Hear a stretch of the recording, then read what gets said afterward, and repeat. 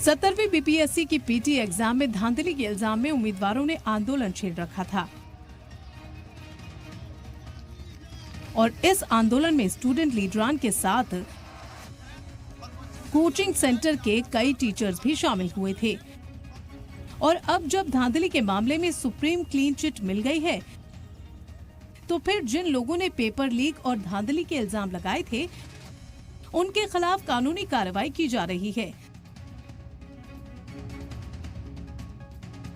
Student leader समेत 11 coaching चलाने वालों को नोटिस जारी किया गया है। 20 मई को हाजिर होने की हिदायत दी गई है।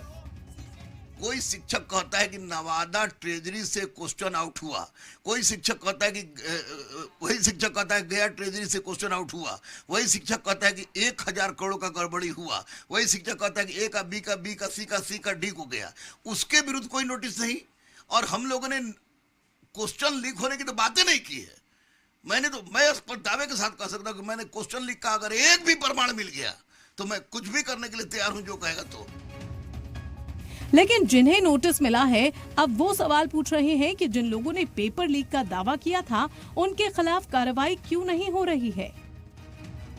अरे 5 लाख रुपया बेरोजगारों की लड़ाई हम लड़ते हैं और हमारे ऊपर, हम खुद बेरोजगार, हमारे ऊपर 5 लाख रुपया जमा करना और इतनी ही राशि के 2 सिक्योरिटी जमा करना, यानी 15 लाख के आसपास हो जाता है।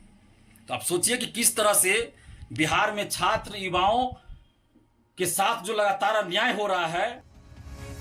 इल्जाम तराशी के बीच अब स्टूडेंट लीडर समेत 11 कोचिंग संचालकों को कोर्ट में हाजिर होना होगा, बॉन्ड पेपर भरना होगा। हालांकि कोचिंग चलाने वालों का मानना है कि कोर्ट पर उन्हें भरोसा है और सच्चाई की जीत होगी।